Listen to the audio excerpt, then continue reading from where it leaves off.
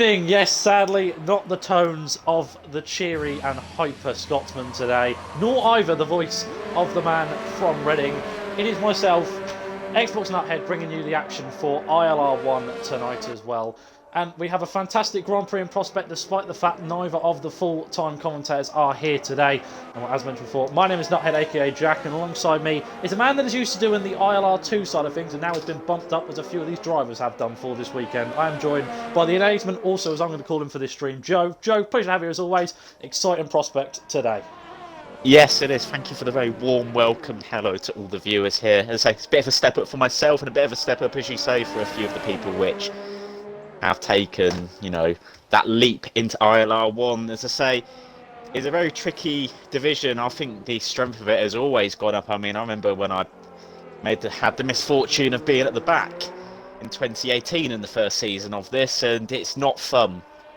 The pace is absolutely relentless from the front guys, and it's going to be very interesting to see what happens here today, Jack. Who's going to be quick and who's not, because, say, the new drivers, you don't know what impact they're going to have.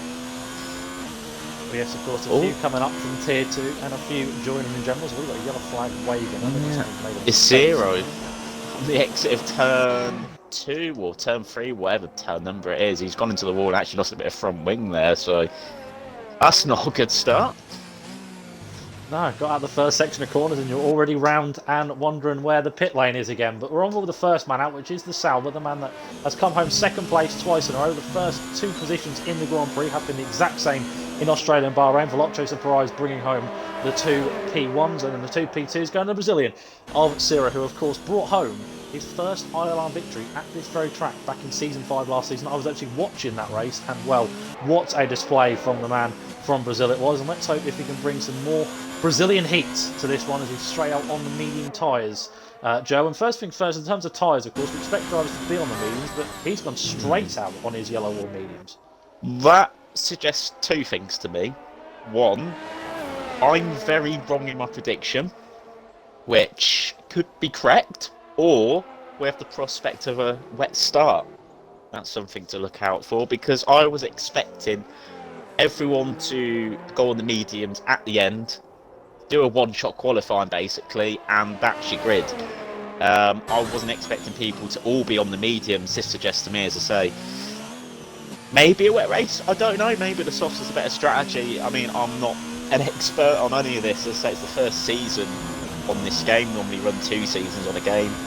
Who knows, Jack? Who knows what we have in store for us? But hopefully that means a lot more of an exciting qualifying than we had last time out in Bahrain. And indeed it does, but Cira's now just flying down towards turn number 14 to complete his first lap. And then little kink at 15, you might not count as a corner, but it is actually written down as one. And then towards turn 16, which you can cut a fair bit on that left-hand side. No, not too much, because then you will be punished for it. But up to line, he comes 31.6 to kick the lap times off for the Sauber driver. Let's go on board with them with the championship leader. Veloce Surprise, he flies round towards the first couple of corners. Tyrrell Limitless, 31.7 for the Force Racing Point team, I should call it. And Tier Salvastic, 33.1 on the hard tyres. So yeah, everyone's still pretty abrupt, shall we say, to begin the session. But still, we're kind of expecting to see this. And we just have to wait for... I have messaged in our little group chat that we're in, Joe, to find out what the weather's going to be like for the race. Because like you said, I could really throw one. Yes, I was about to shed some light on that with my intel. It's not really intel, just a few people I'm friends with in this league. I was right. Apparently it's going to be, well, at least a wet start. I'm not sure what the forecast is for the rest of it, but I've been told it's going to be some form of wet race. So there's going to be some action at the start of the very race, whether it's going to dry up, get worse, on inters or wets, I don't know, but this is why people are out on all these different sets of tyres. I can't imagine anyone went with the softer option, did 4 sets of softs. I mean, if they did, they'd be laughing right now, but you wouldn't do that. You'd expect it to be dry. I mean, I'm not sure what the chance of rain is on this game. I mean, the chance of rain in real life is pretty slim unless you happen to be in Germany the past couple of years. But yeah, it's interesting. Langman's only got 3 thousandths off Cira's time. Say Cira twice a podium sitter in this league this season. Say Langman taking that leap up from Tier 2 to Tier 1. I always thought he should have been in Tier 1 really, and the drives which he's had this season have merited the move up, which is good for him. And say the other drivers which moved up, we have any of them set a time? I don't think they have. No. So you have Alphabol, who actually won the first race in Australia, got pole and had a poor opening lap, but he found his way to the front and also finished third in Bahrain. Mucked up the strategy with that one set on the softs, and I'm trying to think who else it is who moved up. I believe it was Dralix. Yes, it is. He's in 8th. Had to look through the list and I couldn't remember. Dralix has also moved up, and as I say, he is sitting 8th with the 11 people which have set a time. I don't think João Pedro's time is any at all representative of what he can do. I'll be very honest, as he does actually round the hairpin.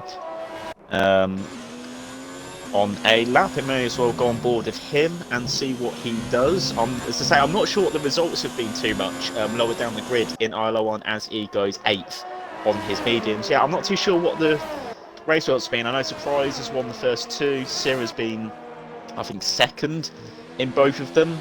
I'm not sure really what's been happening going back, because obviously if I'm doing ILR2, it's difficult to pay attention to ILR1 and say, I'm not sure, Jack, if you can shed any more light on that. Well, I would if my laptop would load up the ILR1 standards, because currently it's not really having a nice time at the moment. Oh dear. Decided to literally freeze on me at this very moment. Sometimes I just have a picture of the track map. But nevertheless, we're on board with the second racing point in CRL Rosberg at the moment. He's currently on the mediums, yet set a time as Cyril's actually left the session here. He's hoping to get him back in as soon as possible. Rosberg goes 1:32.9 into P12, the slowest of all the runners.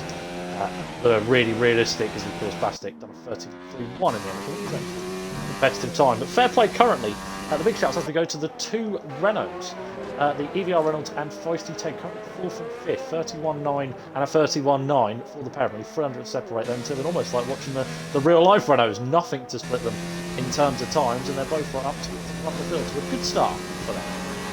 Yes. And this is a track, knowing them two personally, that it is very strong for them. China is a track which does lend itself towards the non-wheel users, the pad users. As say, it is a fond favourite of mine as well in that regard. So expect people who may have had a bit of a few issues in Australia, the pad runners to be up there. Say Syrah, I know he's fastest at the moment. He would have been be a good bet to win this race, I think. I know you still have Surprise in there. He's going to be as strong as ever. I'm not saying the wheel's bad, but Syrah would be my pick for the win before we even start this, just due to how quick he is. I'm not sure how he does it myself. Being a pad runner I feel like I've been quite quick over the games, not necessarily this one or 2018. I have no clue how he's doing that. We've always used the excuse, it's a wheel game, and he just blows it out of proportion. So Siri, you've ruined it for us. You've ruined the excuses. You've made your excuse, therefore obsolete. But we're still going with the session, of course, and a lot of drivers out on the Redwood soft tyre now, as to expect, of course, due to the wet start that we have on Prospect today. Up to line goes more so on mediums, and he just goes by his teammate into P12 at this moment in time. But let's go on board with a man that is probably having more viewers on his stream than we are currently. Tyrrell Limitless in the racing point. Let's see how he gets on as he flies down towards the third sector. Being the first man, one of the first couple of people to complete a lap on the soft, you would expect, of all people, Limitless to top the timesheets. Yes, and especially since I think he will set his soft lap first. Well, I think Alphabol maybe will be able to set his time first. I think he's on a lap just ahead of him. But so we can stay on board with Limitless. I think he's just in the slipstream of the Toro Rosso driver. He's just moved up, so into the hairpin now. Is he going to overshoot it? No, he hits the apex very nicely there. Now through turn, I think that's actually turn 15 on the exit. I'm not sure that's classified as a corner. Through last turn there, very easy to cut and extend, and he keeps well within the limits. So Limitless is going to get on pole, but by how much? 30.7. So that's quite a big difference in between the time he set on the mediums, whether it just wasn't a very good lap or not, or the tyre delta is really that massive. It's a good improvement from Limitless there, 30.7. I'm not sure what the outright pace is going to be on these soft tyres, and what will be very interesting is I think a lot of people will have practiced the qualifying on the mediums rather than on the softs, so a bit of a step into the unknown potentially for a lot of these drivers, which will be interesting. Whilst I do that. I'm going to try and pull up the standings, Jack, because I don't think either of us have a clue. Apart from the top that few. indeed we don't. It was because of my quick. laptop. I have them now on my mobile phone. So yeah, Sarah sits first. Surprise sits first, of course, with 2 victories. Sarah in second, of course, with the 2 second places. Then come out, it's Joe, who is not actually here today, who sits third with 2 fourth places in a row. Then you've got actually Cyril Stone or Cyril Rosberg, currently man in P10. You've got a podium master man with Bahrain, so something to watch out for. And as well with P1R Brown, but unsurprisingly, he is also not here today as well. But yeah, a few surprise results. Of course, Limitless, he yet to get himself a podium this season. And, you know, someone like Cyril Limitless, of course, championship contender last season, you would expect him to have one at least by now, so Limitless to get the ball rolling ASAP. And speaking of which, TSR Bastic goes P2, 30.8. Yeah, oh, and surprise. Well, that's moved the goalpost a little bit. As surprised he goes off track, I think he's just letting cars by rather than tyres. That's, he got 6 minutes left. Don't do that. Yeah, Limitless. I'm not sure if he's had issues the first couple of races. I know actually in Australia, I'll tell a lie, he did get spun out through turn 3 on the first lap. So he was at the back of the grid there, and obviously he only got himself up to P8. It's always a difficult one in Australia to overtake. I think Bahrain had a bit of a better race. And just say just a few people were quicker than him. I'm not sure if he had any issues there, so it's difficult to follow. So yeah, driver's caliber. You're never going to count him out for the championship. You're never going to count him out of any race. You know, he sits third here. You know, hopefully, you know, if he does have a good result to reignite his championship charge, you know, stops Surprise running away with it, because we don't want that. I mean, Surprise would quite like to win every race, but us as spectators, as commentators, you know, anyone else who's got an interest in watching doesn't want to see domination, like obviously this season. You know, it's all well and good Hamilton winning every single one, every race, but we want to see competition. So we want to see Verstappen and all that up there. So we want to see the likes of Limitless and, you know, Series had a few second places. You know, Joe's not here tonight, he sits third. We want to see these guys fighting, you know, tooth and nail at the front rather than someone just pulling away and easing away into the lead, which hopefully we won't get tonight, Jack. I'm really praying it's a close race. Speaking of which, the Brazilian's gone fastest again. 30.1 there by Cyril, so total surprise, but not by a lot. About 800ths in it between the two. But then just look at the gap, by the way. From third down to ninth, it is just under, well, it's in fact exactly 2/10. From third down to P12, it is just under 4/10 and about 3.8. So nothing at all to separate this field so far, as per usual. In ILR, I have to say, you always get a treat when you ever come to commentate for this league at the top. At the very pinnacle, you have to say, of not only just ILR, but also in league racing full stop. It doesn't get much better than this. Again, the two Renaults pull out the stops, third and fourth once again. 23,000 separating them. So once again, nothing to split them. And they look to be quite of the steady Eddies so far. You know, continue to get themselves towards the front. So watch out for these. They could be underdogs. Yeah. And especially with the prospect of changeable conditions as well, always very handy wet weather drivers in terms of league racing, these two. So they're interesting to see what they do. As I say, they were fourth and fifth after the sort of first lot of runs. Now they're third and fourth. Can they improve and have a go at the top two? I think it'd be a bit of a tall order. I mean, if they can maintain their second row, I think they'll be absolutely delighted with that. Let's say Langman as well, that's a creditable achievement to be P5 after racing in Tier 2 for the first couple of races. Although he's not much quicker, he's about half a tenth quicker than P9, 4 places below. He sits in 5th. It just shows, as I say, the strength of this field and how tight it is. I think a few people not set representative times in the back. Rosberg backwards really haven't done anything of much note. Probably a few just aborted laps. Not too sure really what's been going on there, but yeah, very interesting to see, as I think people are gearing up for their final qualifying runs with 3 minutes remaining.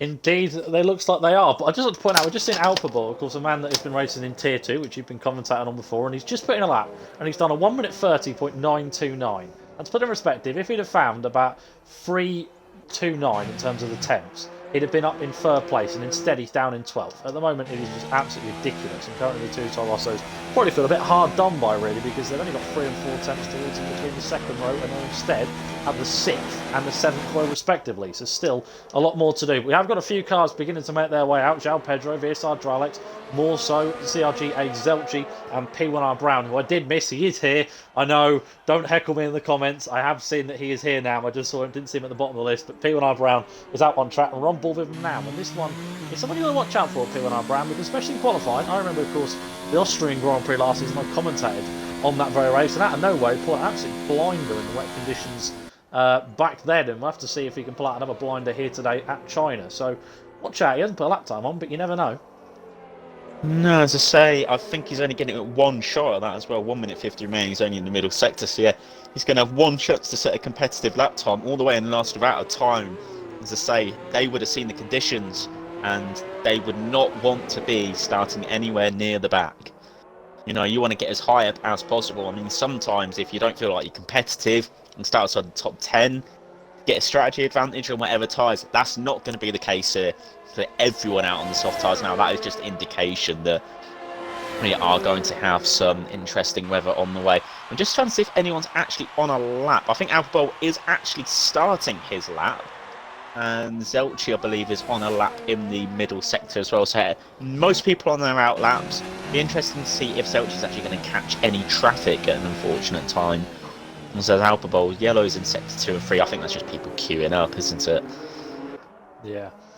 That wouldn't surprise me, but yeah, so Zelchi is actually on a lap time. He's got his teammate that actually let him through, heading down towards the little complex. They kind of got away with that one, you have to say.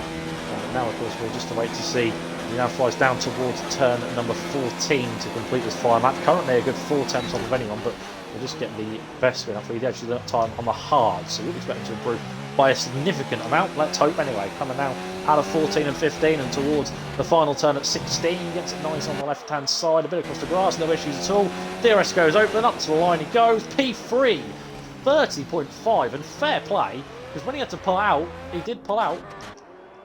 Yeah, that is very interesting. Ted's actually retired from the session there, so whether he's had a problem with his lap, I'm not sure really what's been going on there. I would expect him to go again. Maybe he's had an accident. We don't know. I've not actually seen it. But that's very annoying for him, because I think a lot of people are going to improve with the track evolution. Say Zelchi's taken advantage of that to go third. He has pulled the lap out, but I do fear for him that if people do find that 2 or 3 tenths, he's going to fall well down the order.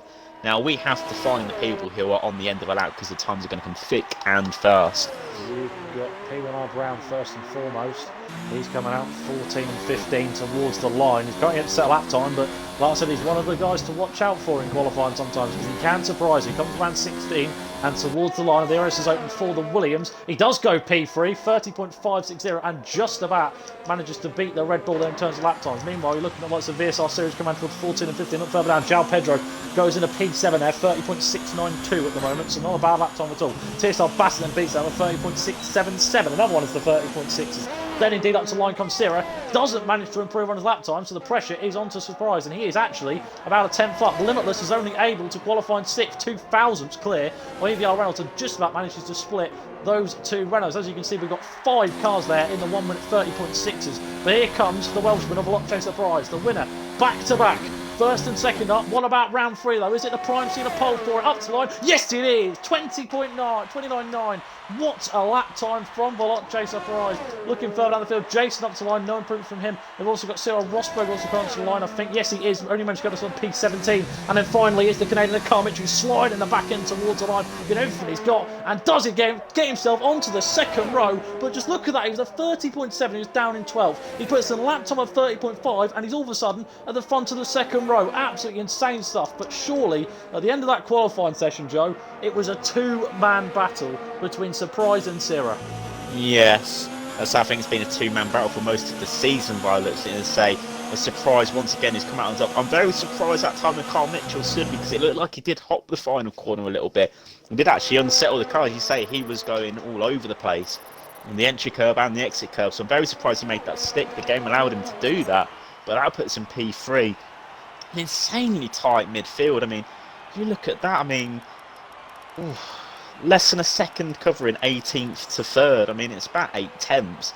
Absolutely incredible pace. Everyone's setting a competitive lap time, but the top 2, you know, walking away with it. I mean, hopefully, for the sake of the race, you know, it's a bit more competitive in terms of the people behind, maybe challenging the front, but very interesting qualifying there. And they say Limitless and P7 between the 2 Renaults, not actually improving at all. on that final run. So we get to see the conditions. I'm hearing from our reliable source, Jack, I don't know if you're able to check Twitter, that it's apparently Inter's all race, which will be interesting, as it does like intermediate conditions here on my screen. I don't know if you've loaded up yet. I have. I'm in, and it most certainly does like intermediate conditions. So that puts in a whole different sort of characterisation. But you could say, and you could put it on the other side, say the reason why it's a 2-horse race in the entire qualifying is they've gone for dry setups to get the good qualifying position, and then actually when it comes to the race, likes of Limitless and likes of other guys who are a bit further back might have an advantage in this weather. We just don't quite know. No, and I know setups are a bit more crucial in this game than they have been in other games where you could just probably run the lowest wings possible, get away with it, and put 11 ballast on. Now, you have no ballast on this game. I've been heard that wings actually make a difference. You can't just run 1-1 everywhere. And, you know, very interesting to see what happens. I mean, hopefully, as I say, wetter setups might be a thing. I very much doubt it, knowing Codemasters, but we can only pray that they are a thing. And, you know, normally when you do a wet setup, you just up the front wing by a bit and lower the ballast, but there's no ballast, and you can raise the front wing. That's in the regulations. Indeed you can, but we have to wait to see what the guys decide on and what they just now lay down the line for the first lap, of course, because there's been no racing on it. So now with the first lap, they kind of get a chance to sort of put down the mark and also get a feel for the conditions. I mean, obviously, you, Joe, you know this probably better than I do, but on the formation lap in the wet weather, surely it's just about making sure you have a feel for the track, you know, what's good on the traction zones. It's more crucial than in the dry, shall we say. Yeah, normally in the dry, you don't really take much notice of the formation lap. You just get a bit of heat in the tyres, making sure you've got all your sort of settings correct with your DRS map and your fuel, all that, making sure not to bin it. But as I say, in these wet conditions, people are going to be going a lot more quickly than probably what they would. Tyre temperatures aren't going to be critical at all to get up to temperature. They're going to already be up to temperature on the grid. And as I say, you want to get a feel for these conditions. As I say, Surprise is trying to absolutely bolt away on the formation lap. You know, the race isn't yet, Josh. The race isn't yet. But as I say, just trying to get a feel for it. You can push on these laps. And what is interesting is, I'm not sure the conditions will change. For all the you which don't know, in the formation lap, the weather actually represents the first couple of minutes of the race and then resets. I've had a race round here once where it started to rain at the end of the formation lap. Quite a lot after starting dry. Start the race, dry, heavy rain at the end of the first lap. For anyone who didn't know, that's a feature, and I'm sure that'll still be in the game. Whether they fixed it or not, I don't know. It shouldn't make sense, because obviously if the conditions deteriorate through the formation lap, you expect that at the start of your race. And you can do a Winkelhock and just get into the lead out of nowhere. That'll be interesting. I don't think that's going to happen today, though. I think the strategy is pretty much set in stone. I can imagine if it's Inter's a race, you're just going to pit around midway through the race, do one stop on these tyres. But all the cars are forming on the grid, Jack.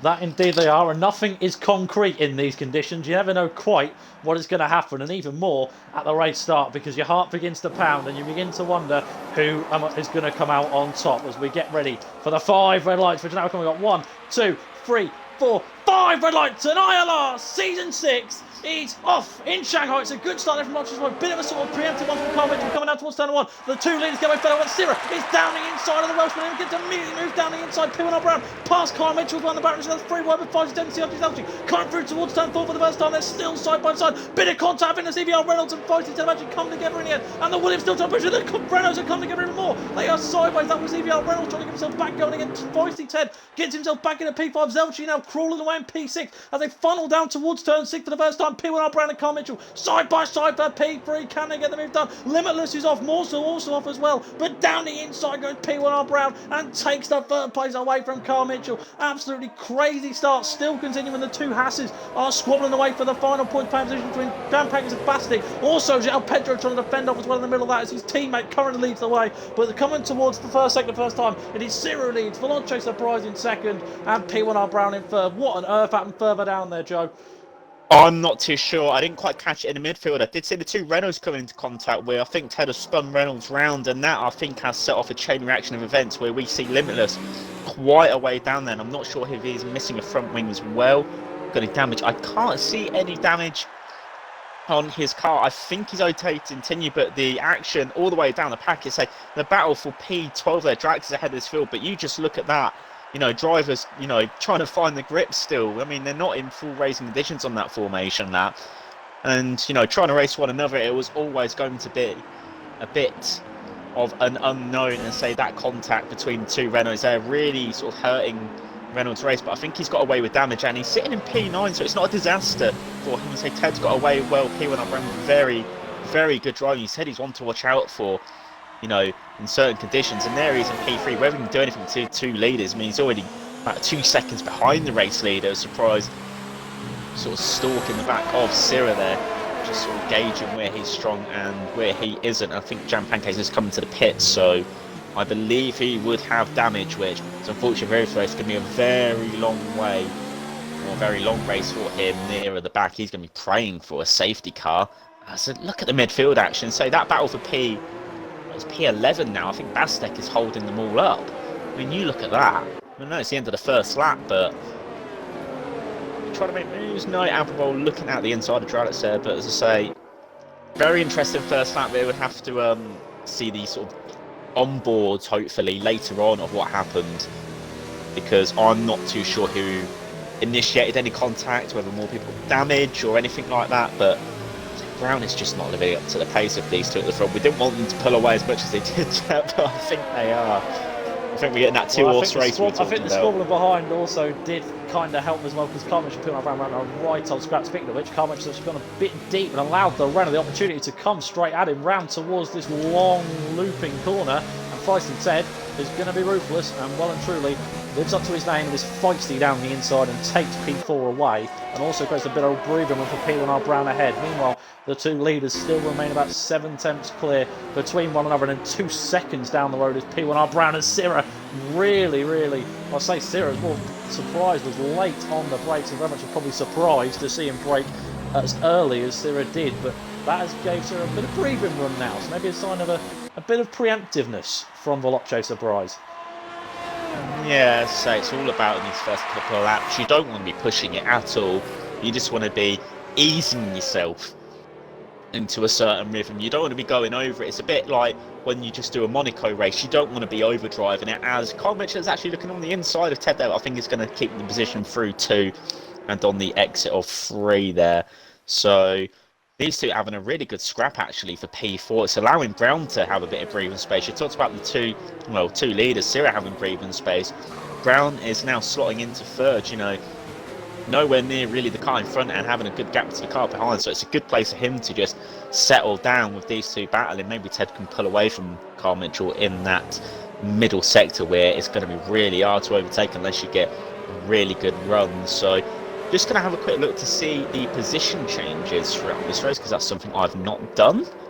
Let's have a look, see what's been going on. So Rosberg and Alphabol battling away heavily here for 13th. This is for an incredible bit of battling. They just battled the entire way through 7 and 8, and now coming out at 9 and 10, and they're still going side by side. And in the end, the Ferrari does come out on top. An incredible move between the pair. And nice to the ILR2 lab really sticking the fight up. Then with Zero now trying to find a way down the inside of his teammate at the moment. Both of them trying to put on a good show for 14th place. This is for, yep, you heard right, 14th place, and they're giving it absolutely everything they've got. And I think they're still going to hold it side by side as they now come out. And I think the fluorescent green helmet is going to come out and defeat Alpine down to 15th. Well, sorry, just an incredible bit of battling there. Joe, I had to talk about it. Well, no, you had to, as Reynolds and Joe Petro had an issue. Reynolds had an issue, I'm not too sure, because he's just lost 2 positions there. Presumably out the hairpin. Rosberg's gone up to P8 from P17 on the grid. And as we said, he always does get great starts. That is something, a bit of a trait of his. It doesn't really matter where he qualifies, he always makes it with a few positions. League racing Lance Stroll, except, I don't think his podium last time out was luck. It was actually from pure pace. As Reynolds looks up the inside of Joe Petro, that's very tight. Going to put him on the outside line in. Normally in the wet, that would be the ideal racing line. Is he going to find the traction around the outside there of Petro? He's going to have the inside here up to the hairpin of turn 6. I think he's going to have the high ground as he does brake. Is he going to go a bit too late just to cover off the outside line? I think he's got that one nicely covered. So he slots into ninth. Rosberg making positions on the pair of them, though, whether they were squabbling or Rosberg just went on the inside of both of them. I don't know. We didn't see it. But what I was going to say is as well, you know, the big movers in this race. I mean, Rosberg is up 7 as, you know, they were battling. He's up 9 now. Obviously, Langman's gone up from 11th to 7th on the grid. A few people near the back making up positions. As I say, it's natural when you've got issues like Dralix more so, and Zero, you know, making up a few positions. Limitless there, down 10, but he's on the back of this train, and his progress, Jack, is going to be something very interesting to watch in these first few laps. It's all about just keeping you calm as well, because of course he had a pretty cagey start and a bit of a mess, but you know, you have to keep your head down and just keep concentrating and, you know, work at this train one by one. Don't think of it as, oh, I've got to try and find the way past 4 cars. Think, right, I'll get past Alphabine, then I'll get past Jason, then I'll get past MVD0. Because of course Tyrrell Limitless, he knows he's quicker than this train, you have to say. Yeah. He's got to do it as patiently as possible, because these guys aren't rollovers. You know, there's plenty of talented guys out there. They're all talented in their own right. They're quicker than me, I know that much. But speaking of which, Limitless has started it down the inside of Alphabine. Contact between the two, and Limitless just escapes away from the wall. And Tyrrell Limitless's day has well and truly gone from bad to worse.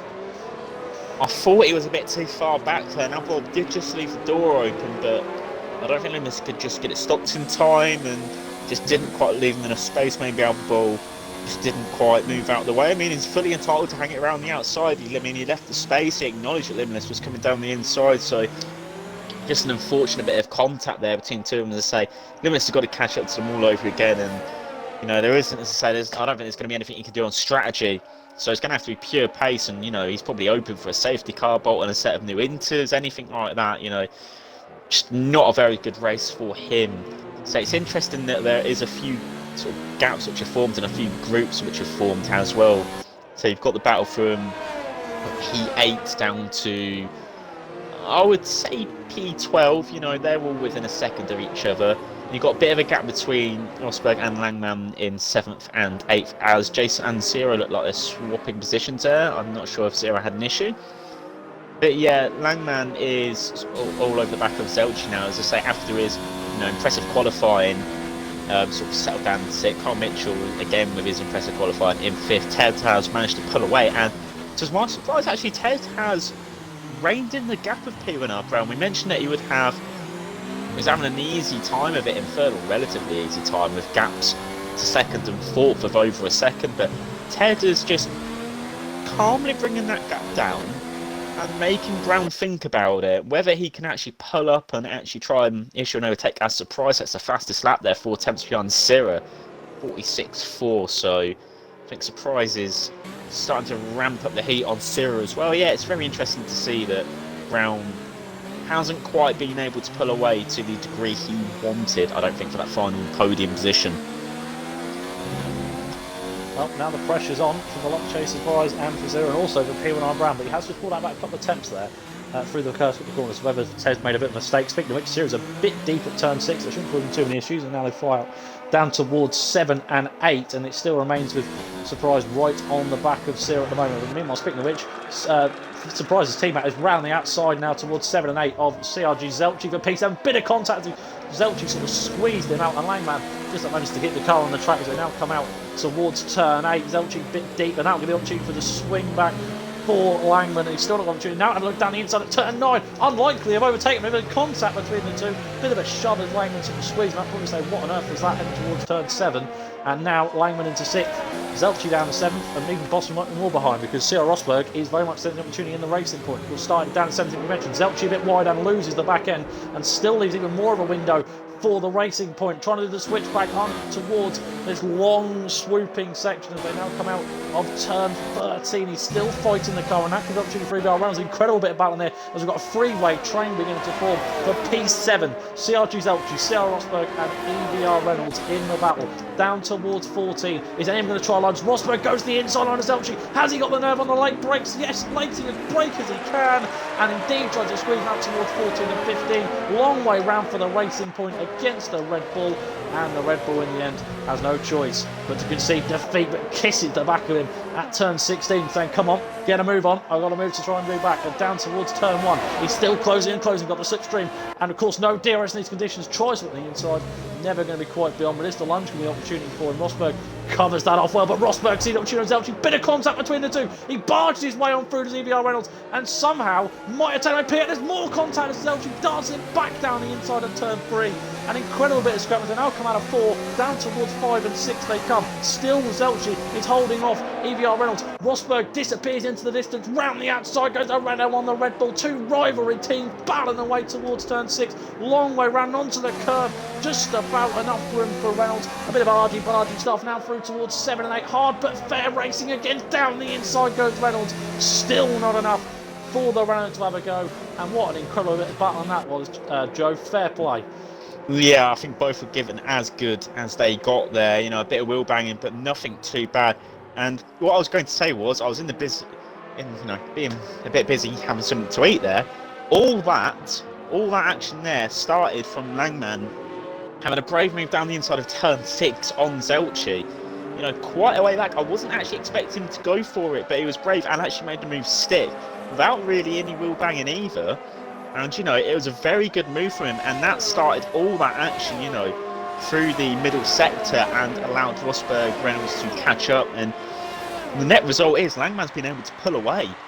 He's battling Rosberg's been able to pull away as well. And I think Reynolds probably a little bit frustrated. He's seen, you know, a couple of his rivals, you know, pull away from Zelchi. I think he's probably now struggling a little bit in these conditions. I'm not sure if the wet really suits him compared to the dry, or if even the race suits him compared to qualifying. But he must be a bit frustrated there. He probably thought he got the move done a couple of times, but he's now sat there. He's having to regroup, and, you know, he's hoping for his sake he can get by the struggling Red Bull. It must be said he is struggling a little bit. Taking our rise elsewhere, as I say, there's action near enough everywhere you go. So the gap's near the front. I mean, the surprise Syrah, I mean, it's no surprise. Ooh, no pun intended. Did you catch surprise there? A bit of a yes, moment. I did. Yeah. So that gap is just staying there. Syrah's just keeping the lead. Ted's actually dropped a little bit off Brown, and he's sort of got a similar gap back to Mitchell, about 1.6 seconds between Ted and either cars around him. Well, it'd be interesting to see, say, if Langman, Rosberg, anyone can catch up to sort of 3rd, 4th, 5th. I wouldn't even call it train, procession. See if they can catch up to that. See if the gaps can go down. But as I say, after qualifying, it doesn't surprise me that the gaps will probably stay the same for a lot of people, Jack, because it's just so close, isn't it? Nothing really to separate the guys. The guys that got the good starts are now feeling the effects of just that, because Carl Mitchell losing 2 positions at the beginning of the race, and of course P1R Brandt at Puerto Rico, as was Feisty Ted, was right on top of that one as well. As meanwhile the battles, yeah, we've still got a fairly big train. I expect this to remain the same, and well, we have to talk about when the pit stops come into place, because of course everyone's going to do the one stop nice and easy inters to inters, because of course we haven't performed intermediates all race, and you might see a Veloce surprise undercut here come into the favour of it against Syrah, because it might sort of worry Syrah a bit if he suddenly sees the Welshman just dart it in, because of course he has the advantage of being the second man. Yeah, that's always good in these conditions. So the conditions aren't going to change, but an undercut for quite worn inters, which they will be by at least this stage, let alone halfway through the race. The advantage they're going to get, it's not like they have to heat the tyres. As Alcohol has actually left the session, whether he's lagged out or not, I'm not too sure. I think he probably has lagged out.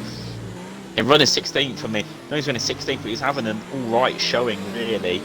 Especially considering the move he's had to make, the gigantic leap from being on the podium and winning to the shock of the pace of Tier 1. Yeah, the undercut is going to be very powerful on these tyres. I can imagine, say, if Surprise, say, was to pit this lap, which isn't going to, I very much doubt it, he could easily have that second, that second which he's got, he could easily get by him on an undercut. It'd be very interesting to see, because of the pace of these two, where they will come out if they do pit. Because if they do try an undercut and a few people near the back haven't pitted, then they could probably get stuck behind the likes of, say, Dralix, more so, people around that with the current gaps as they are. So they'll probably be hoping, they can come out somewhere where there's like a 1 or 2 second gap. They don't have to do too much overtaking, because the guys don't have to yield in the midfield if they have the front runners come up to them and they're not a lap behind. It'll all be for position, and there is probably nothing worse catch up to someone through turn 6, having to sit behind them the whole way around the middle sector whilst they're slowly going by on their worn tyres, and you're just frustrated. You've probably got your full battery, you want to deploy it, and you can't. I don't think there's anything worse than that as a racing driver. Apart from crashing, it frustrates you. It definitely frustrates you. And the interesting point is, me myself, we've got EVR. Oh, Zelchi's actually into the pits here. On lap number 10, he comes in. I wonder if this is damage related or if this is just a general pit stop. We'll wait to see as the Red Bull crew come out to get his car ready to be serviced. Nope, it's a general pit stop. So lap 10, in comes Zelchi. So maybe struggling on them tyres because I think he has done a fair bit of battle and he has done quite a bit of sort of stuff that has caused tyre wear. So maybe going to try a good couple laps undercut in the hopes that his tyres can last. Well, he's got 19 racing laps on them, so that's going to be very interesting to see if he can get to the end on them. That's going to be very marginal. Whether he might, you never know, he might attempt a two-stop from there. That might just be the better way to go. I mean, if he gets a safety car around lap 18, lap 19, he gets a fresh set of boots on, and everyone else has put a few laps on their inters, it might be the strategy he wants to play, but interesting that someone's come in that early and it's not damage related. So he's come out in last, which isn't too much of a shock considering, no one's really pitted from the actual pit sequence we're expecting. So, say a few of the people in the midfield have actually bunched up. Drax all over the back of João Pedro there for the battle for the last points-paying position. Drax getting a bit on the curb there, affecting his exit. People are still struggling through turn 12. It is a treacherous corner through the best of times. And, you just see them if they get on the curb, it just makes it a whole lot worse, and that's just ruined any sort of chance he's got of an overtake. Not too many people in the battling position though, but I say that Rosberg has caught up to Langman, about half a second gap between them. Is anyone going to come into the pits from the top block? I don't think they are. I think it's too early on lap 11 to think about it, as Reynolds proves me wrong. Coming into the pits there.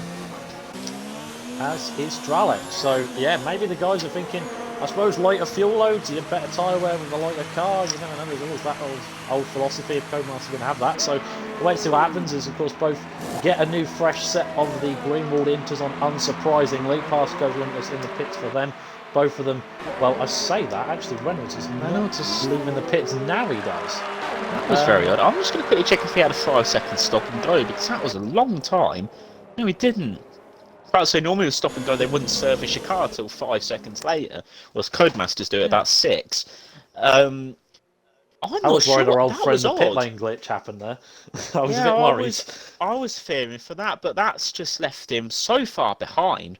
I mean, he was battling with Zelchi, and now he's about, I know he had 1 lap undercut, but he's about 8 or 9 seconds behind. So that's completely ruined his race. I don't know what's happened there, because he wasn't waiting for anyone.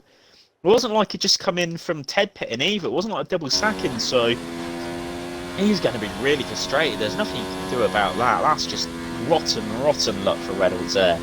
Ruined probably any chance he's got, realistic chance he's got of points anyway. You never know what can happen in the wet, but it all seems to be spacing out now as I mentioned Rosberg's catching up on Langman. The gap is about 6 tenths, so I think he's just sticking behind there. As say, wouldn't be surprised to see more pit stops on this lap, seeing a few people undercut potentially. See where Dralix comes out in all that and say he's the first of, say, the midfield runners.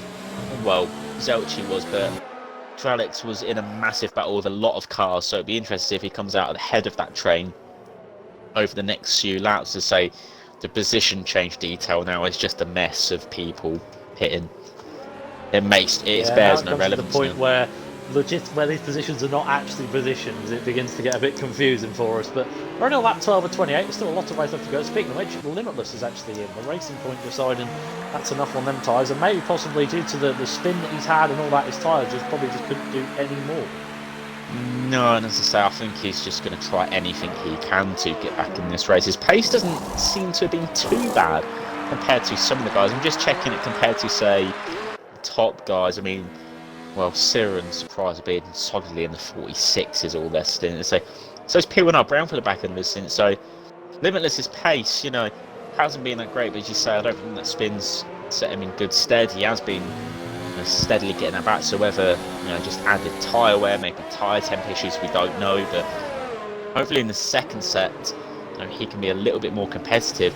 A long way behind the next car of Reynolds, so say about an 8.5 second gap there. So got a long way to go before he even gets anywhere. I think points will be probably off the card to him as well if Still it's a lot out. of racing to go though. You have to think of that. And meanwhile, sorry, I have to say, obviously you're talking about Rosberg closing up to Langman. Well, now actually Langman's closed up to Carl Mitchell.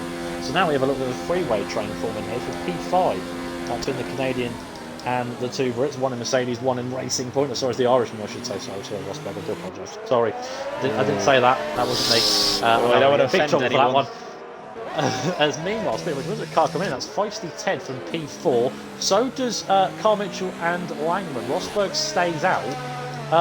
So these guys are now coming in. So I would suspect if we're going to see an attempt from Surprise here, he will pick this lap. Yeah, but what's interesting is he seems to have lost a bit of ground on Cyril the last few laps. So that gap, which was consistently probably under a second for a long time. On to wets. Wow, that's he's gonna fall like a stone now. It's not wet enough. That must be a strategy mistake. He That must have is. picked the wrong tyre as he came in. I mean, you look at Langman now. You look at Langman. He's going to ease by him. He's going to be about 5 or 6 seconds a lap quicker. But he is on wets. It might say he's on wets on the graphic. I mean, you look at the traction advantage now. You go on board with Carl Mitchell. He's going to see that Mercedes disappear, as most have done. I've seen the Mercedes disappear this season. You look at that. It's not wets.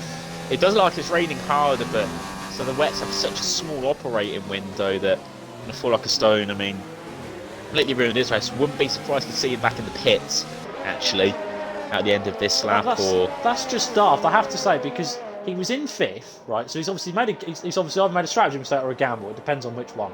But if he's made that decision as a result, I mean, he was P5. He was in a solid position. Surely you'd have got on inters, and then if other people would have told you it's wet, you'd have got on wet. Yeah.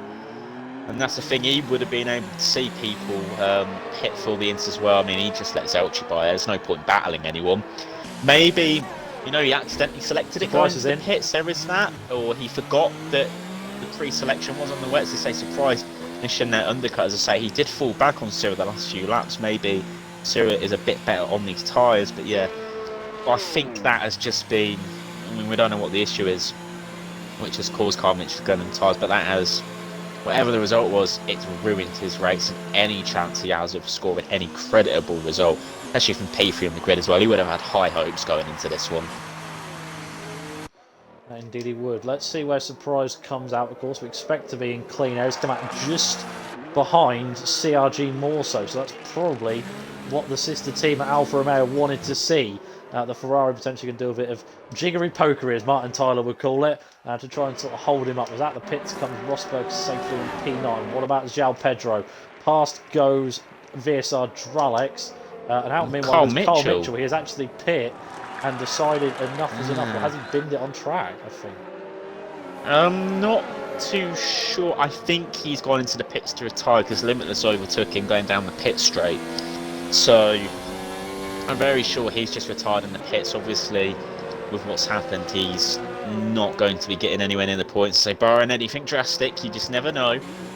But let's see, because not everyone, but a lot of people have pitted. It's interesting that Zelchi's not really made much progress on his undercut, which he had. So I think he's made a little bit. On board here with Surprise right on the back of Morso, and he knows this is a race critical move for the Veloce Esports driver on the back of the CRG Esports man.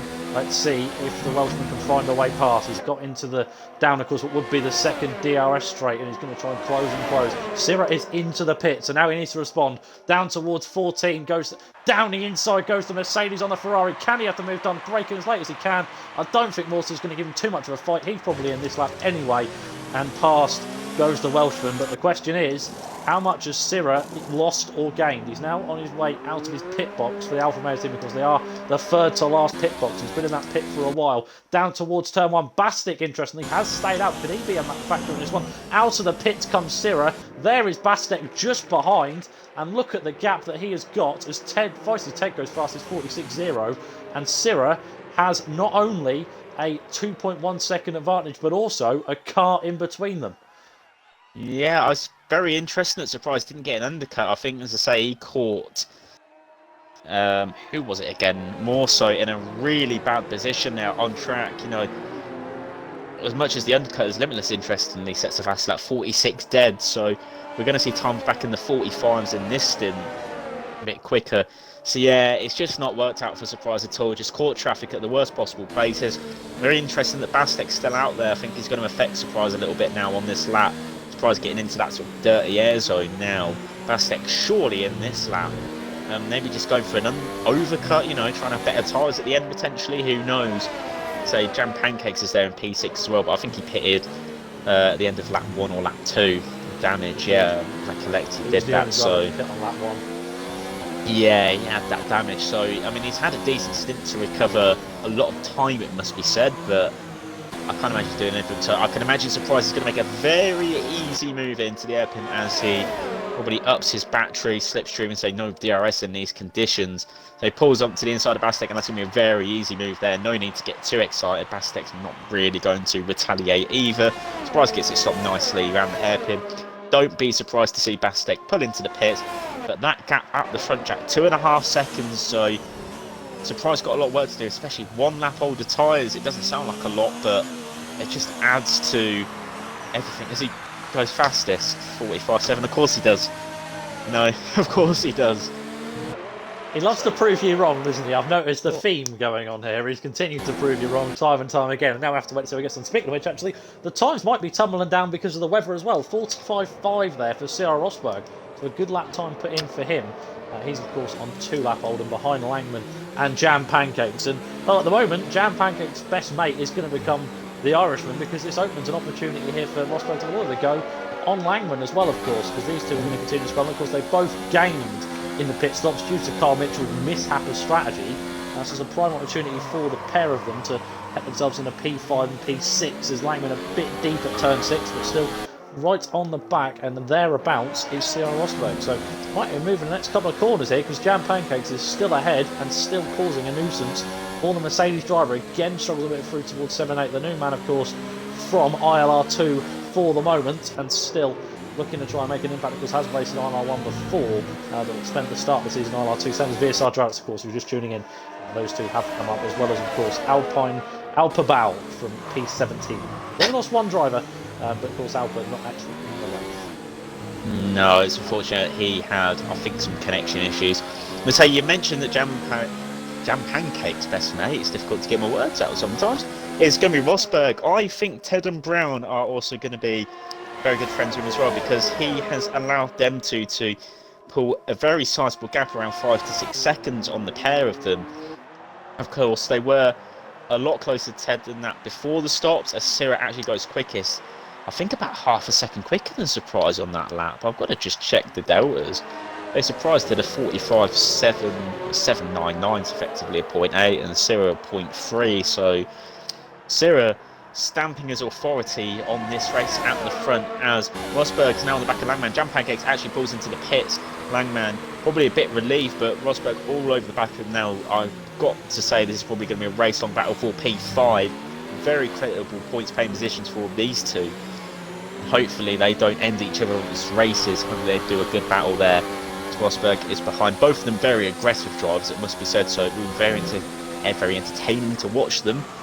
I'm just seeing going through the back of the grid. Reynolds has actually got himself up to P10 after his, I don't even know what his pit stop was. It was just very odd. You know, he is in a battle for P8 behind Drax and João Pedro. João Pedro actually staying out a lot longer than a lot of people. 3 lap fresher tyres than the cars he is sandwiched with. There's Bastek comes out in P11, not too far behind that battle either. On 1 lap old tyres, I say more so there, and Jason as well. Look, it's a massive scrap from P8 to P13, and say 2.5 seconds. Oh, Reynolds has gone off. Reynolds has gone deep at turn 9, and that was an opportunity for Bastek to come straight on through there, which presents him, and also in mind you can see that's Jason. And a look on CRG more so down towards turn 11, still not enough going to a little bit go as they now come round towards turn 13, the long right hander. Of course, it just continues forever. It's so difficult to get it right, as you mentioned. It's even slippery in the dry, let alone when you get into the wet conditions. The guys are on their concentration every single time for that one. Sirra does a 45.2 to go fastest of all on that lap. What did Galactic Spice with a response? It was also a 45.320. So yellow flag in sector 3 here. Zero's had a spin. Coming out of long turn 12 or 13, it's always a bit of a question mark. Is he going to retire? he's left the session, so I think he has spun and just decided to rage quit. He might have even got damaged and lost his front wing, but he was on the outside barrier there down the straight and facing the wrong way, so Zero's pretty lackluster race, it must be said. He's never really looked like being anywhere near the points. It's just sadly come to an end there. And so that's both Toro Rossos, which are going to fail to score points in this race. The Alphabol lagged out earlier. So disaster class for Toro Rosso there. Both of them effectively retiring. As Zero's car comes into the pits, which is interesting to see his AI is still going to go around. Yeah, his AI is still going to go around, bless him. But yeah, we're on lap 18 now so far, and Ted's closing that gap back up to P1R Brown, more interestingly, in a battle for P3, of course, the final podium place, and those two have had a bit of a quiet one after the heroic starts that they had. They're both hunkered down and got on with the rest of the Grand Prix. Then, of course, behind we're on board with this battle, which is Langman and CR Rosberg, and a further 7 seconds behind is CRG Zelch, who's a bit on his lonesome. And you've got the whopping train of Dralex, João Pedro, Bastic, Reynolds, Morso, and Jason 97 in that one. And Limitless also beginning to close back up on that battle as well, so we could see him try and battle for the tail and the points, which, given what we've seen in this race, would be a pretty good recovery, really. Yeah, the top two trading blows there with their fastest lap, Sira with a 45-1 and Surprise with an even quicker 45-1 there, so the two very evenly matched there out in front. What I was just checking there was to see if anyone had any penalties, which is very surprising that no one really has. Zelchi. Oh dearie me, Zelchi, what have you done? How has he gone that far wide? He actually retires from the session there, and straight away out of the session goes the Red Bull. So we have now officially lost 4 technically. We lost the 2 Toro Rossos due to leaving, and we've just seen the second retirement for Zelchi, and of course the first one was Carl Mitchell after the disaster strategy that happened for him. Now we have lost them. We're down to 14 in the survival of attrition that is the wet Chinese Grand Prix. I mean, we're on with this battle now between Rosberg and Langman. We're trying to give some alternate lines. What? I was just on board with Zelchi's AI there. He was going down the pits, and he sort of ghosted back on track from inside the pits. Now he's doing a pit lane speed limit around, and he's on the outside of the track pulling over. I'm not sure what's happened there with the AI. That was very interesting. I just want to know as well, how did he end up in that barrier? I mean, if you're going to spin, you'd expect to spin on the inside, you know, putting the power on. So I don't know how he's ended up on the outside of the hairpin there and into the barrier. Disaster for him as well, because he wasn't really under too much pressure there in 7th. And you had Dralex, which is holding up that long train of cars. Zelchi just sitting comfortable there in 7th. He probably wouldn't have got any higher than that, but that would have been very good points for him. You know, he's been having a solid race of things, but completely throwing it away there. So just one mistake, just a bit too trigger happy with the throttle. And there you go, that's your race over. So that promotes Dralex back up a position. So that's one more points paying position for that very long. Oh, meanwhile, João Pedro down the inside. Oh, we're trying to go down inside at turn 14. A bit of a kiss there from the Canadian to the Brazilian. From North America to South, that was well and truly one to say, come on, not like that. Let's try and find this a bit more better. But now they all funnel out towards turns 1, 2, 3, 4. And all of a sudden this battle just gets a hell of a lot more interesting, because now they all bunch up together. Here goes the Brazilian once again. He's going to shift from the inside, then outside, then to the outside. Tries to find his line. Might do the switchback. Jam Pancakes has gone fast. He's 44.6. But down the inside goes Pedro. Has he got the room? No, Dralex well and truly smart to that one as they all funnel, and I mean funnel, their way through 1, 2, 3 and then 4. Nothing to split any of these guys, and they're all battling at the tail of the points. It's incredible to watch. Yeah, and what's very interesting as well is, you know, it's a massive train of about 6 cars as Reynolds looks at the inside there of Basted. The wall trying to look for moves on one another. You can have Limitless and Jam Pancakes, who's just to say, set the fastest lap. They're going to catch up to this train, you know, really quickly as well. So none of them can really make moves. Pedro is trying every single line possible to get by. Must be said to struggling Ferrari with Dralex. He's doing a very creditable job there to keep all these, you know, experienced and quick drivers behind. You know, his move up from tier 2 to tier 1, really holding his own there against really established names. You know, all these guys, whilst they're in that pack, are going to try and get by on them. But if you do that, then you say you're just going to create a gap to the car in front. As Reynolds, it looks like he's got a really good run there on Bastet, but gets on the curb. So probably just hindering himself there. Very interesting to see the lines everyone takes through turn 12 and 13 as well. Being such a long corner in the wet, not full throttle by any means. As Langman here and goes Rosberg Rosberg. round the outside. Rosberg swoops round the outside at 16. That move came out of nowhere.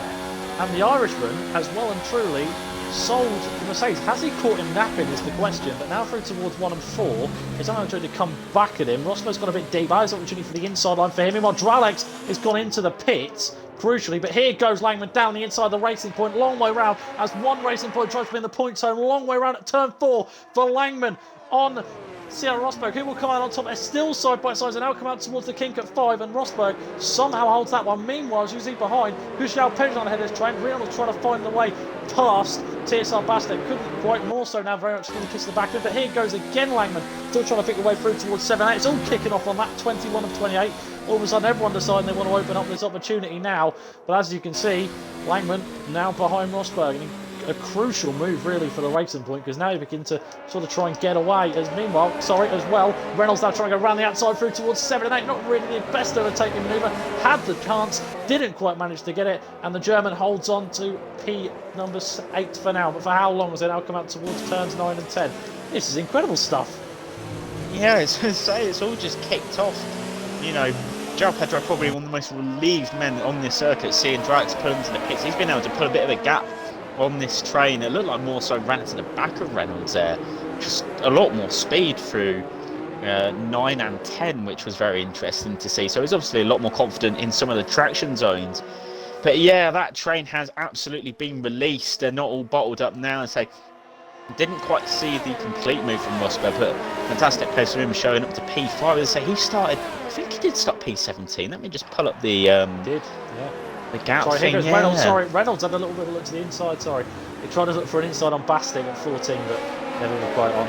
Got me excited. Don't apologise. You know, if you see action, you've got to scream and shout about it. So it's all calmed down a little bit now. So I think Limitless and Pancakes were probably hoping that Drax would have actually stayed out to the end. It's very interesting to see that he actually pitted. Probably see his tyre percentages and thought, oh, I'm not making that. Just a calculated decision to not have that puncture, you know, potentially cause any other people damage and just ruin his own race. So unfortunately, I'm trying to say he was having such a good run of it there.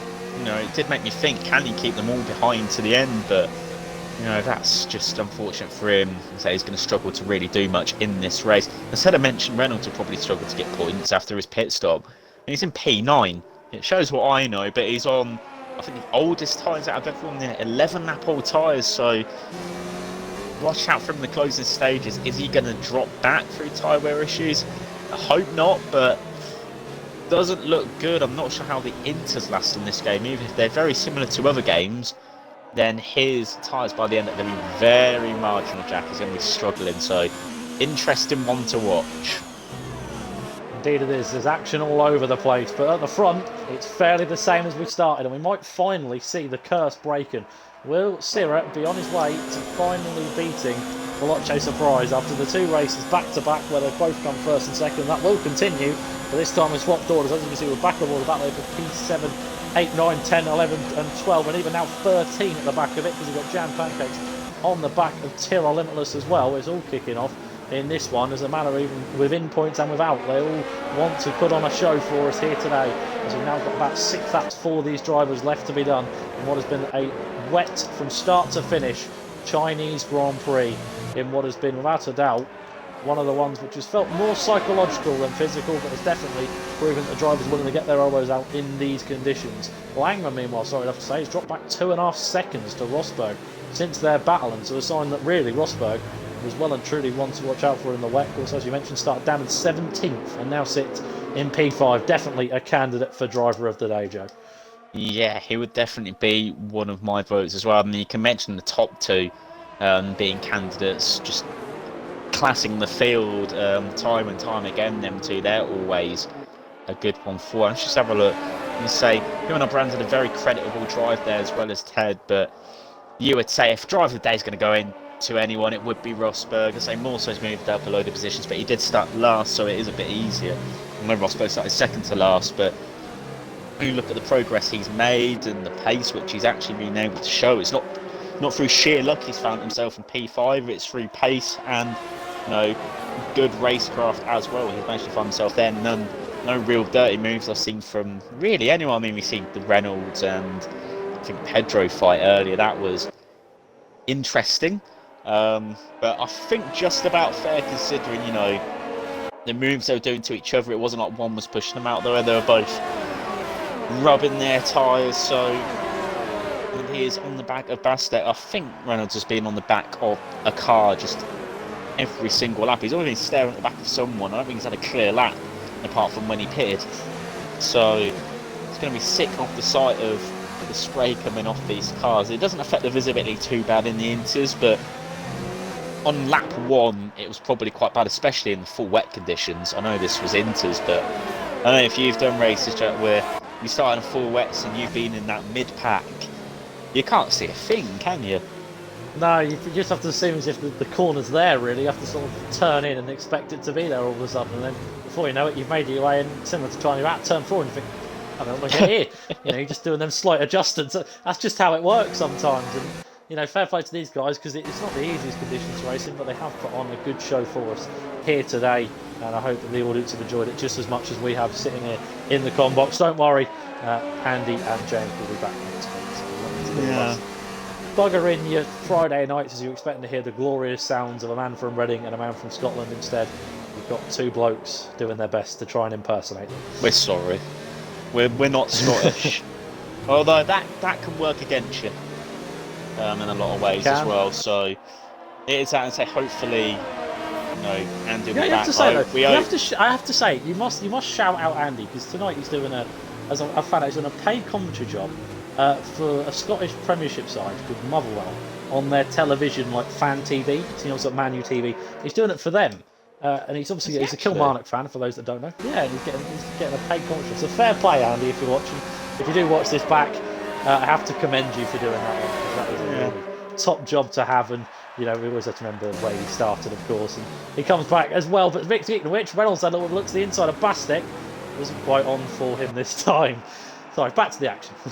Yeah, I was about to say, it's on BT Sport, this game. For anyone who would care, I'm not sure if anyone would. Hearts are winning 2-0 at half time. I'll have to see if it's on BT Sport. I doubt it. I'd be very interested if it was, but it's probably for the Motherwell fan TV, who the Motherwell crowd aren't going to be very happy with that result at the moment. Speaking of people which are probably a bit happier with the results, that Cyril surprise gap, it's just not really changed, has it at all? So Cyril pulled that gap at the end of the first stint, and since they settled into the second stint, it's just been around the 2 to 2.5 second mark. Not really changed. Surprise is probably sitting there going as fast as he's going, and he's not pulling in, you know, that Alfa Romeo, and nearly Sauber there, the Alfa Romeo at all. That's so frustrating. As someone who's as quick as Surprise, one of the quickest on this platform, indeed across all platforms to be quite honest, and he can't catch up. You know, he's doing his best, but Cyril's matching him, and to all intents and purposes going slightly quicker. Meanwhile, sorry to say, Joe, but the battle actually is reignited here for the final podium place, because Feisty Ted have brought that gap down to P1R Brown. It's a question of is Brown sort of conserving, whereas Ted's sort of given it some with now about to be 3 laps to go. He's still, I'm going to try and put a bit of a show on here for the last podium place. And well, both have had, like I said, a chaotic start, and as the race has gone on, they've just sort of mellowed it out a little bit, and now they have an opportunity to really sort of knuckle down and have a proper good battle for the final podium place in the end. P1R Brown against Feisty Ted. What more could you want on a Friday night? Oh yeah, after a long week of work, there's nothing better to kick back and watch this action. And so I'm definitely looking forward to my rest on Saturday. Sorry to all you which, you know, have to do things on this Saturday. I'm definitely not. I'm looking forward to all the football and everything this weekend. Looking forward to F1 being back in a couple of weeks. So I think we're all looking forward to that.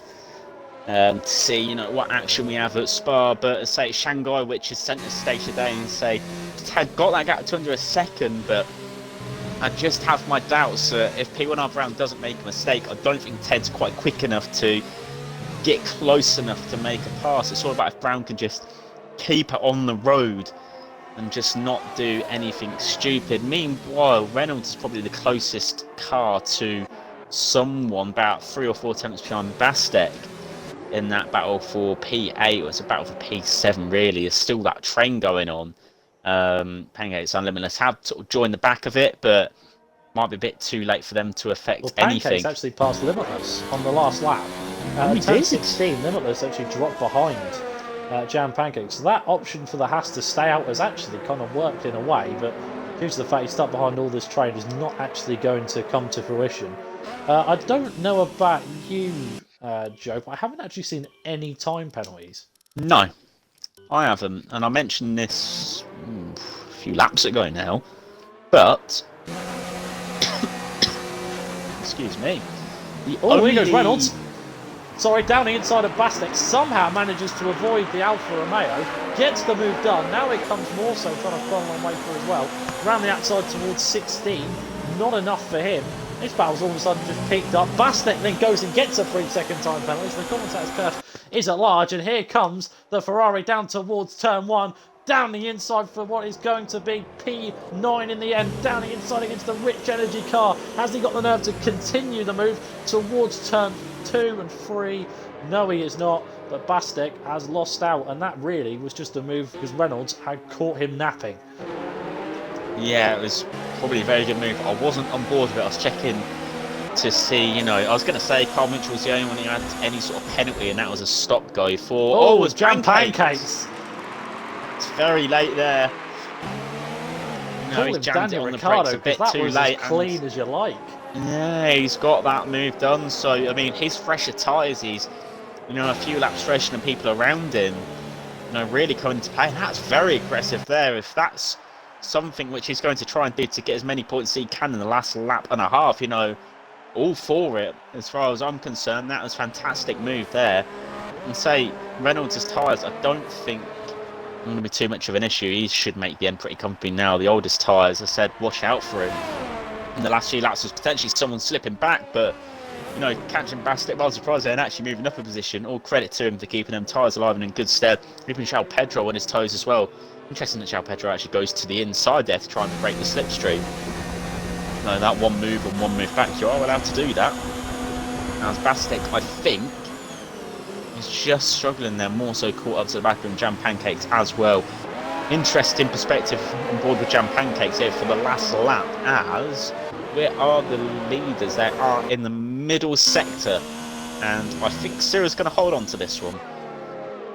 I think he is. The man that has had a curse in the first 2 rounds, that came second both times in Australia and in Bahrain, and arrived in Shanghai with, let's face it, a motive, and he wanted to break the curse of coming behind Veloce Surprise, and that is about to be broken. He is 1 sector away from the Brazilian, where he done it last year in claiming his first victory of the season. Is about to do it once again here in what has been some very, very tricky conditions. He has been put under pressure from lap 1 to lap 28, but after an absolutely lightning start, is surely on his way for the final couple of corners away. Turn 14, 15 and 16, and the Alpha will close the gap up back to 7 points behind Veloce Surprise in the end, despite all the efforts of the Welshman. And round towards turn 16 he comes for the 28th and final time,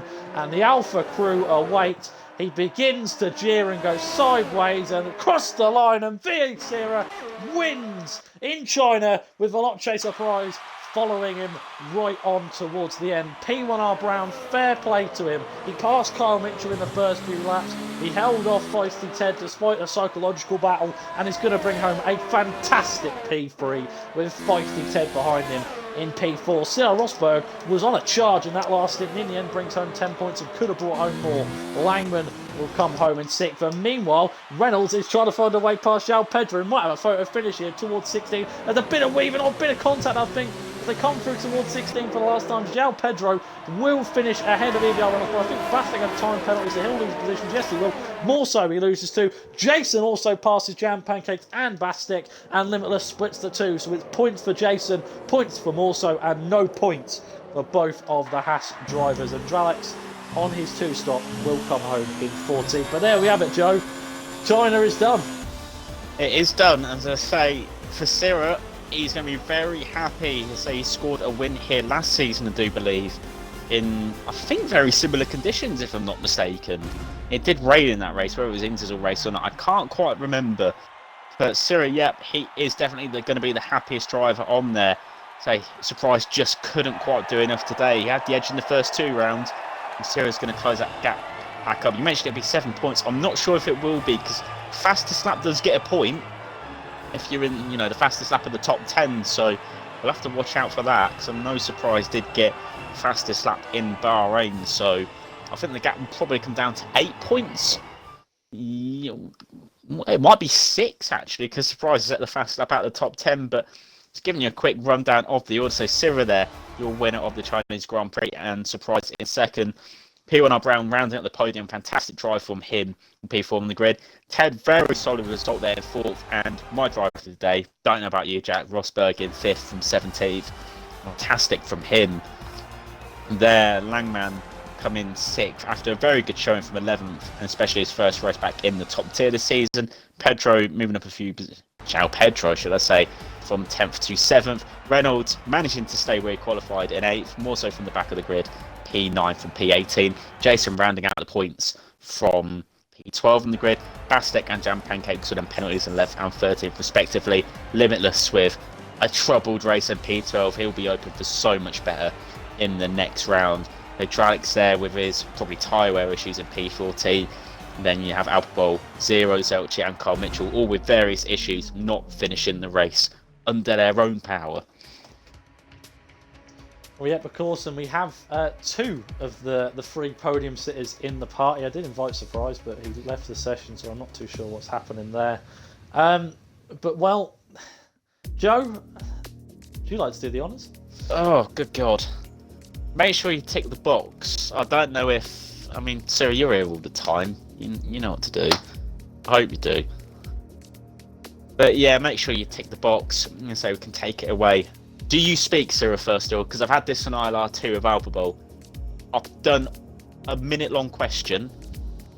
Had no response. Please say you speak.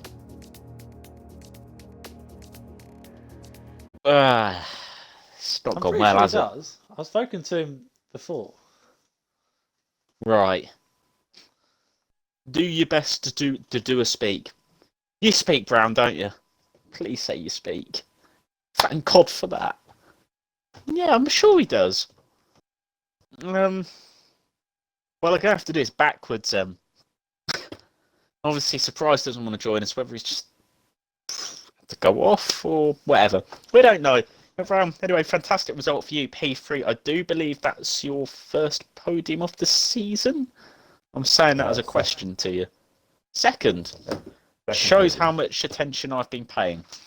But it's a fantastic result from you. Obviously, you started on the second row of the grid. Was P3 your aim, considering the top 2 were probably a bit too quick for everyone else today? I don't know.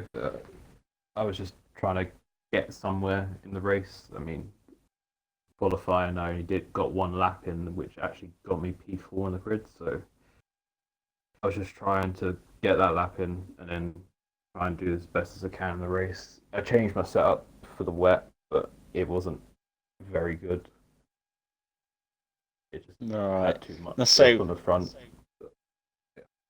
Yeah, what I was going to say is it did like he's under pressure in qualifying, not actually setting any lap time at all until right at the end. So it was a really good effort there. Say, you mentioned your setup and obviously it didn't quite work for the wet. You know, how were the conditions for you? You know, were you thinking you was excelling in them? Were you struggling at times, you know? After the first 7 laps, then the grip came, and then the same in the second stint, then the grip came after 7 laps. But it was just a struggle. It's interesting that the grip would come halfway through the stint rather than at the beginning. Yeah, say, I think about, because I pitted lap 13, and then lap 20, I improved on what my personal best time at the time was, which made no sense because most other people were coming out of the pits and setting personal best straight away, which is quite unfortunate for me. Well, It did hamper me a little bit. oh, yeah, I mean, whatever happened, really, I mean, you've got to be very happy with, second podium this season. I've remembered this time. So congrats on that result.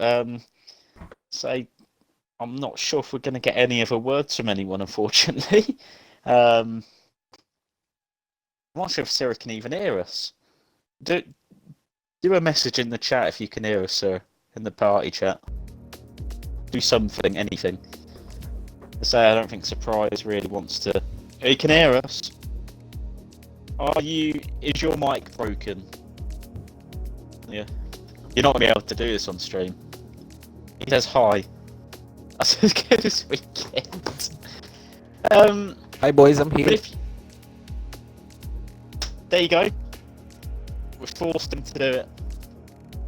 Well, congratulations, first of all, on your first win of the season. Obviously, not your first win in the top tier.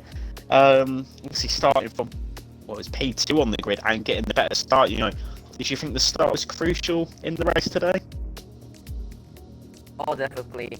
I mean, first of all, I need to congratulate Surprise because he did an awesome job. He just did a master job like he always does, and congrats to Brown as well with the second point in the season. And yeah, the start was absolutely crucial because it was raining, and one thing that just helped me is because the pad it's so OP in the traction this game, especially in the wet conditions. So that just helped me a lot to just put mix one of fuel and just free of ERS and just did a good start, which is a fly away in the P1. And I got scared at the start because when I started the qualifying, I didn't have any game sound, so I just did a time with the mediums, left the session, and just got back. Also, thanks Gran for the invite, just returned because he just sent me an invite. And yeah, it was pretty crucial. I just tried to manage the gap into the whole race and manage the pits because I was just seeing the whole mini map and I was just afraid to cause some traffic when I just got to the pits.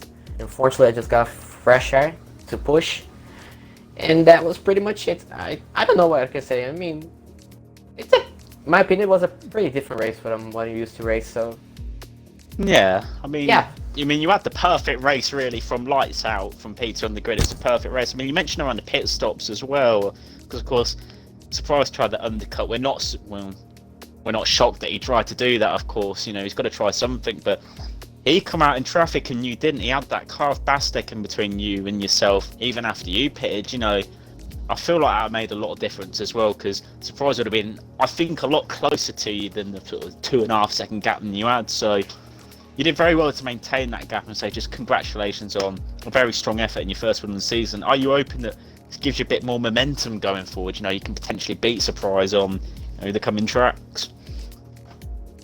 Well, I don't know. I mean, today was a special race, like I can say, because Surprise just changed the wheel and he was just trying to adapt the new wheel, which is a fun attack, and on the rain it's more difficult.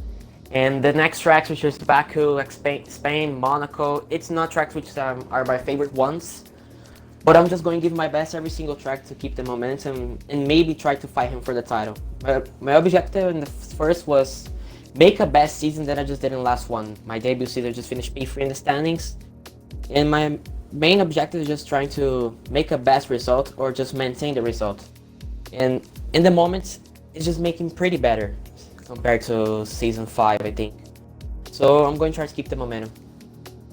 Yeah, well, that's all good in and say hopefully, going forward you do have more results like that where we can put on a title battle potentially. We all want to see that. We don't want to see just one person run away with it. So fantastic result for you. So let's say, what is the race next week? Is it Baku? I'm not too sure what the calendar is. Yeah, it's Baku. It's Baku. We'll see. I don't think me and Jack are going to be here for Baku. Depends on, if Andy comes back and James can, get his issues sorted. If you are watching, James, we do hope that you do get your issues sorted as soon as possible. So yeah, very entertaining race. I don't know if you want to conclude on this one, Jack, on what has been, let's say, a thrilling Chinese Grand Prix. Well, yeah, there's definitely one that goes into the books, and unsurprisingly in ILR, goes down in history. Finally, there is a second winner, and it's a man that has continued to be second place for the first 2 rounds. And now, of course, means the theme continues. After 3 rounds, the first and second places have not been different people other than Veloce Surprise and Syrah. That could be a title-long fight that can continue right up until Abu Dhabi. But thank you guys very much for watching. Your support has been absolutely mega on this stream. And don't worry, of course, as Joe mentioned, it will be more than just me and him. It will be Andy and James bringing you all the action live, hopefully next week, live on the ILR Twitch, of course. But for now, thank you guys very much for watching as per usual, and take care, and hopefully see you same time, same place at the streets of Baku in Azerbaijan. Thank you guys.